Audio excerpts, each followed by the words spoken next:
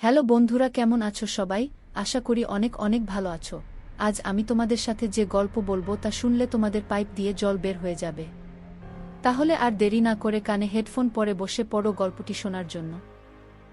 রাত যখন গভীর হলো তখন দুলাভাই আমার রুমের দরজায় এসে নক করল।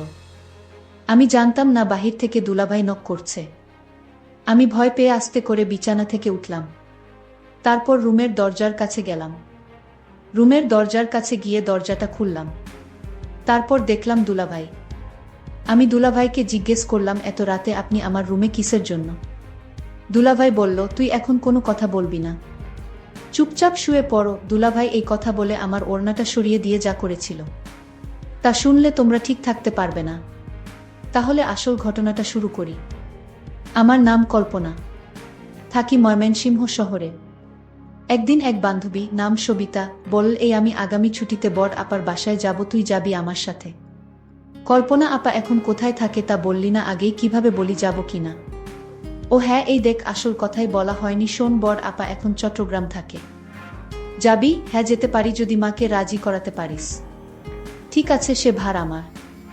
সত্যিই কলেজ বন্ধ হবার পর বাসায় ফিরে এলাম। বিকেলে সবিতা এসে হাজির। মায়ের কাছে বসে অনেকক্ষণ ভূমিকা করে আসল কথা বল, খালাম্মা আমি পরশু দিন চট্টগ্রাম যাব। বড় আপার বাসায় কল্পনাকে আমার সাথে যেতে দিবেন না? কল্পনা কিভাবে যাবে? আমি রাজি হলেও ওর বাবা দিবে না। তাছাড়া তুমি কার সাথে যাবে? কেন, দাদা নিয়ে যাবে। আমি কয়েকদিন থাকব। দাদা আমাকে রেখে চলে আসবে, আবার বড় আপার সাথে আমরা ফিরব। কয়দিন থাকবে? বেশি না, মাত্র 1 সপ্তাহ। ও, কল্পনা আসবে? হ্যাঁ, আপনি একটু বলেন খালুকে। আচ্ছা দেখি। শেষ পর্যন্ত বাবা রাজি হলেন। চট্টগ্রামে কল্পনা আপার বাসায় এসে পৌঁছে দেখি এলাহি কারবার, তার শ্বশুর শাশুড়ি সহ আরও প্রায় 5-6 জন মেহমান এসেছে গতকাল। খাওয়া দাওয়ার পর এখন চিন্তা শোয়া হবে কোথায়। আপা পাশের বাসায় গেল। সে বাসায় ভদ্রলোক একা আছে, তার ফ্যামিলি গেছে ঢাকায়। হ্যাঁ, আপা পজিটিভ খবর নিয়ে এসেছে, এই পাশের বাসায় থাকব। আমি আর সবিতা। আমাদের নিয়ে এসে পরিচয় করিয়ে দিয়ে গেলেন আপা। এই যে ভাই, আমার বোন সবিতাকে তো চেনেন, আর এ হল ওর বান্ধবী কল্পনা।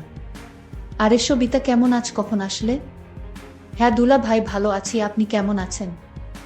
ভালো ভালো, তোমার মতো শালি যাদের তারা কি আর খারাপ থাকতে পারে?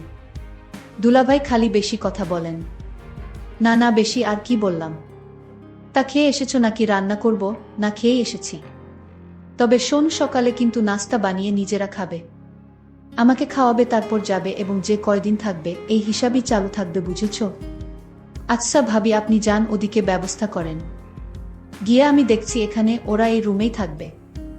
আমি দেখিয়ে দিচ্ছি, আছো তোমরা আমার সাথে।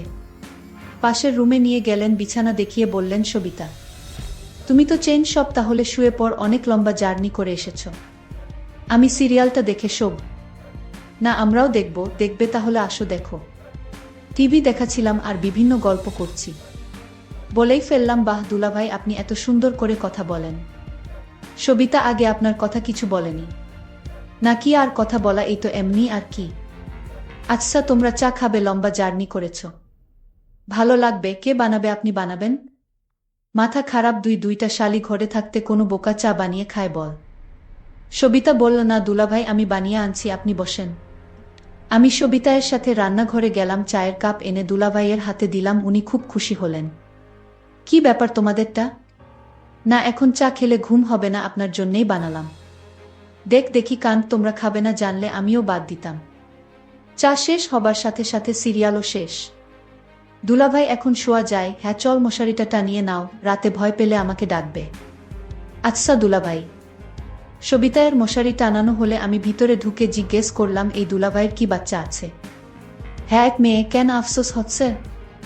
চুপ করবি না, আপাকে ডাকবো। শুয়ে শুয়ে ভাবছিলাম, দুলাভাই বেশ আলাপি লোক। চেনা নেই জানা নেই, এইটুক সময়ের মধ্যে কেমন আপন করে নিয়েছে। দেখতে সুন্দর অনেক। এ বাসার আপাটা কি লাকি, যদিও তাকে দেখি নাই, তবুও মনে হল একটু হিংসা হচ্ছে। এমন পুরুষ মানুষ কয়জন নারীর ভাগ্যে জোটে, অথচ আপা যখন নিয়ে আসছিল ভাবছিলাম কোথায় না কোথায় নিয়ে যাচ্ছে। কিরে কল্পনা, ঘুমাচ্ছিস না? না রে, ঘুম আসছে না, কি করব? ও বুঝেছি, দুলাভাইয়ের কথা ভাবছিস। ধুর, কি যে বলিস না তুই। বারে খারাপ বললাম কিসে শুনি তোর যেমন পছন্দ। দুলাভাই একেবারে হুবহু তাই, যদি তার বউয়ের না থাকতো তাহলে আমি প্রস্তাব দিতাম। আচ্ছা রাত কত হয়েছে দেখেছিস, এখন ঘুমাবার চেষ্টা কর। পরের রাতে আবার এলাম, দেখি দুলাভাই টিভি দেখছে, সাইড টেবিলে চায়ের খালি কাপ। কি দুলাভাই কি দেখছেন? আরে আসো আসো বসো, বল কি খেদমত করতে পারি? না আপনাকে খেদমত করতে হবে না, আপনার জন্য কি করব তাই বলেন। যা দরকার তা তোমরা পারবে না।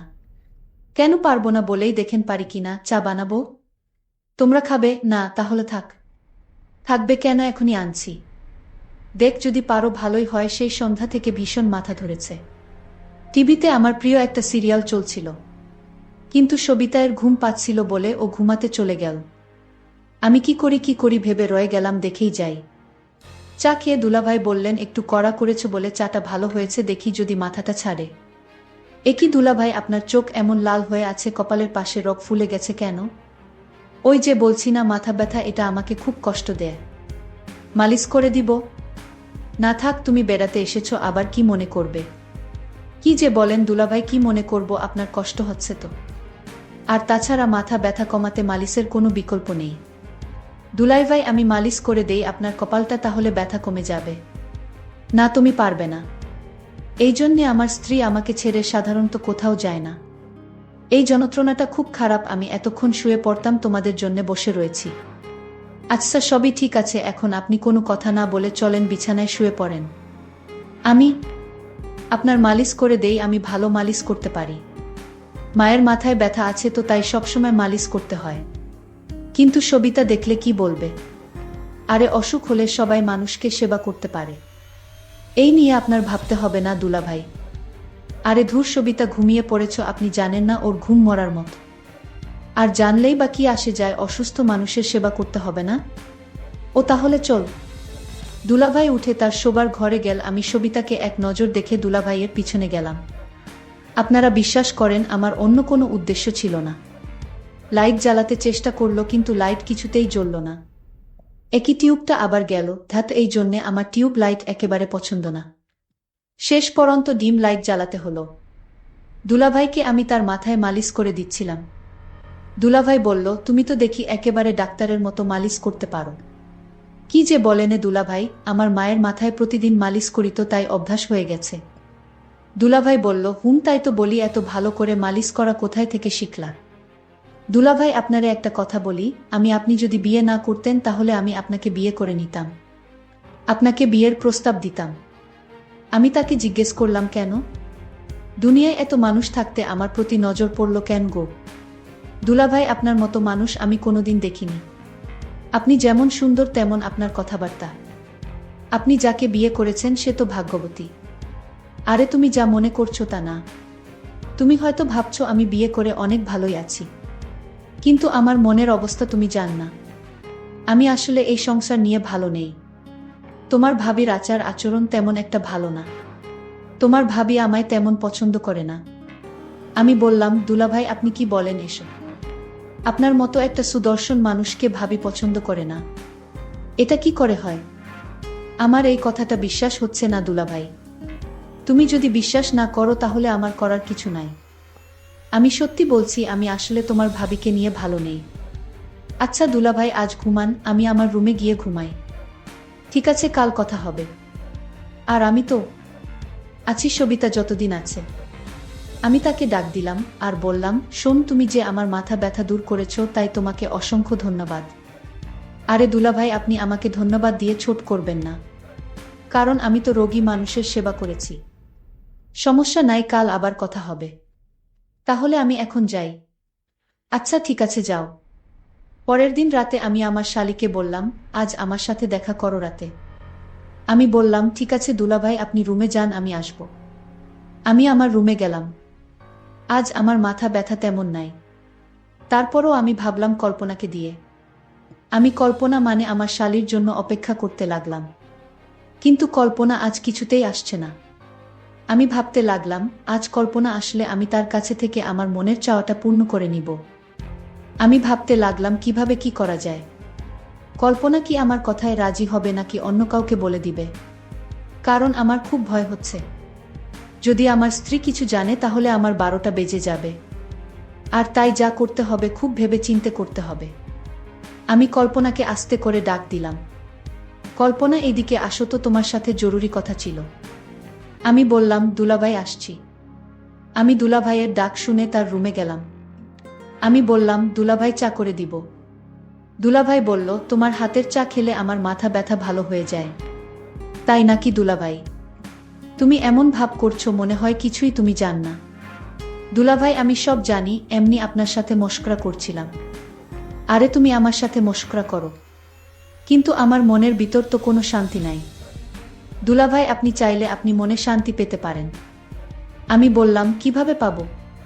তোমার ভাবি যে অহংকারী মানুষ, তার কাছ থেকে ভালো কিছু পাওয়া সম্ভব না।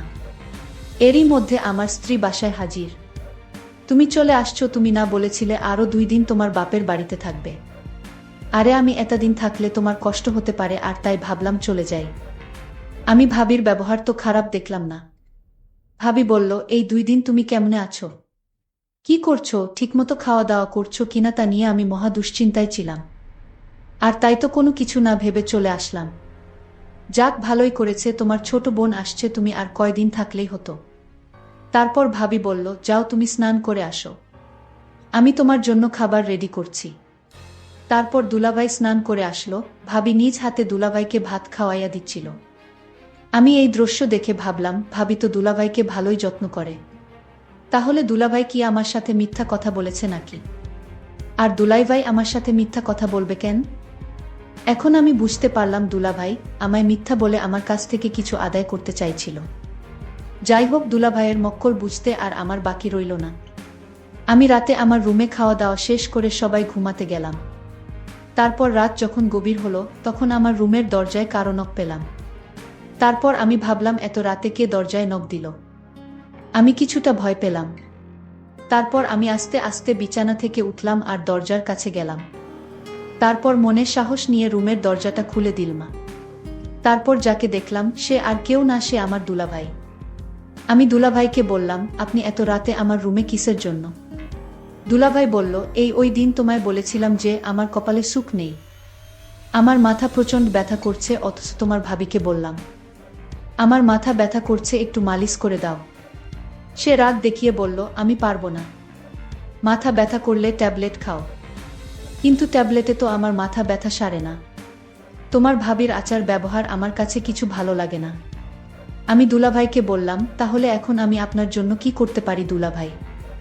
উনি বলল, তুমি তো ভালো মালিশ করতে পারো, তাই বলছিলাম।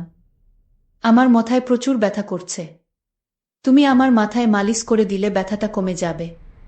তুমি যদি আমায় একটু সাহায্য করো। তখন কল্পনা বলল, করে দিতে পারি, তবে একটা শর্তে দুলাভাই। আমি কল্পনাকে বললাম, কি শর্ত তোমার? আমি তোমার সকল কথায় রাজি আছি। দুলাভাই, আপনি অদ্ভুত মানুষ। আগে আমার শর্তটা তো শুনবেন, তারপর আপনার কথা রাখব। দুলাভাই তখন বলল, কি শর্ত শুনি বলো। আমি বললাম, দুলাভাই আপনি ভাবির সাথে রাতে যা করেন, আমিও আপনার কাছ থেকে তা পেতে চাই। আমি কল্পনার কথা শুনে অনেক অবাক হলাম। আমার অনেক খুশি হলাম মনে মনে। আমি বললাম, ও এই কথা ঠিক আছে, আমি তোমার কথায় রাজি। তারপর আমি কল্পনাকে বললাম, কখন তোমার কথা রাখতে হবে? আমি বললাম, এই মুহূর্তে এবং এখনই। তারপর দুলাভাই বলল, তাহলে শুয়ে পড়ো। আমি বিছানায় শুয়ে পড়লাম। তারপর দুলাভাই আমার বিছানায় এসে বসল আর আমার ওড়নাটা সরিয়ে দিয়ে যা করেছিল তা আমি তোমাদের পরের পার্টে বলবো। আজকেই এই পর্যন্তই। সবাই ভালো থাকবেন, সুস্থ থাকবেন। সবাইকে ধন্যবাদ।